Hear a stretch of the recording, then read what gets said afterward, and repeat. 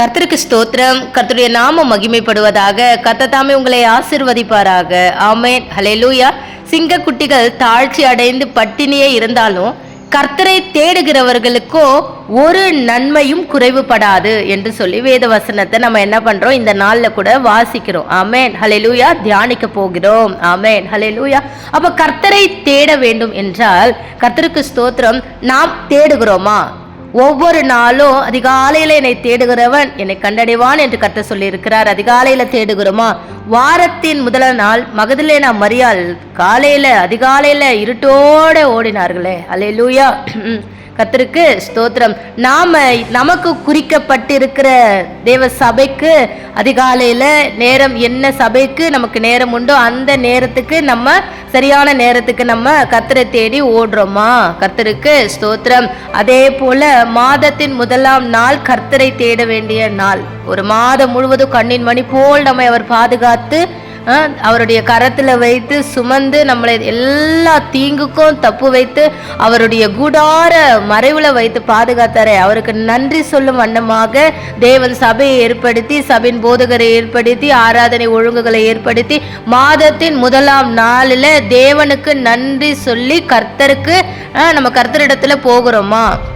கர்த்தருக்கு ஸ்தோத்திரம். தேவனை நாம் தேடுகிறோமா? வருடத்தின நம்ம இந்த லாஸ்ட் அந்த 31ஆம் தேதினா நமக்குள்ள ஒரு சந்தோஷம், ஒரு புது ட்ரெஸ்ஸு, நியூ இயர் வரப்போது, ஆண்டவர் வாக்குத்தத்தம் கொடுக்க போறாருன்னு வருஷத்துல காண்பிக்கிற அந்த சந்தோஷம் உங்களுக்கு ஒரு வருடம் முழுவதும் இருக்க வேண்டும் என்று சொல்லி பரிசுத்த வேதகம் தெளிவுபடுத்துகிறது. கர்த்தருக்குள் சந்தோஷமா இருங்கள், எப்பொழுதும் சந்தோஷமா இருங்கள் என்று மறுபடியும் பரிசுத்த ஆவியானவர் சொல்லுகிறார். ஆமென். அல்லேலூயா. ஒவ்வொரு நாளும் தேவனுடைய ராஜ்யத்தையும் அவருடைய நீதியையும் தேட வேண்டும். அப்போ உங்க வாழ்க்கையில எல்லாமே உங்களுக்கு அருளப்படும் தேவனால். ஆமென். அப்போ வாரத்துல முதலாம் நாள் நேரத்தோடு, அதுதான் கீழ்ப்படிதல். ஆமென். ஹல்லேலூயா. கீழ்ப்படிதல் முக்கியம், ரொம்ப முக்கியம்.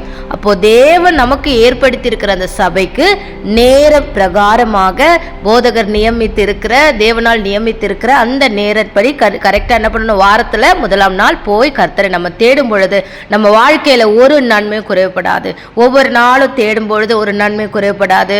வாரத்துல தேடும் பொழுது ஒரு நன்மை குறைவுபடாது. மாதத்துல தேடும் பொழுது ஒரு நன்மையும் குறைவுபடாது. வருஷத்துலயும் சரி, நம்ம ஒவ்வொரு நாளும் நாட்களை விசேஷித்துக் கொள்ளுகிறவர்கள் கர்த்தர் என்று விசேஷித்துக் கொள்ள வேண்டும். ஆமென். ஹல்லேலூயா. அப்போ நம்ம புரிஞ்சிக்க வேண்டியது, அவரை தேடும் பொழுது, நம்முடைய ஆண்டவரிடத்துல நம்ம ஜெபிக்கும் பொழுது, நம்முடைய ஆண்டவரை துதிக்கும் பொழுது, நம்முடைய ஆண்டவருக்கு நன்றி செலுத்தும் பொழுது, எல்லா பாவத்தில இருந்து நமக்கு விடுதலை கொடுத்திருக்கிறாரு. எல்லா அசுத்தங்கள்ல இருந்து நம்மை கழுவி சுத்திகரித்து இருக்கிறாரு.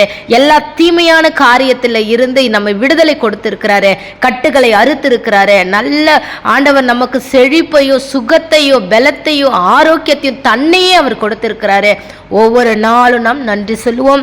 யாரு பட்னியா இருந்தாலும் தேவன் நம்மை அப்படி விடுகிற தேவன் அல்ல. அவரை நாம் தேடும் பொழுது அவர் நம்மோடு கூட இருந்து நமக்கு பெரிய காரியங்களை, ஆசீர்வாதங்களை தருகிற தேவனாயிருக்கிறார். கர்த்தர் தாமே உங்களை ஆசீர்வதிப்பாராக. ஆமென்.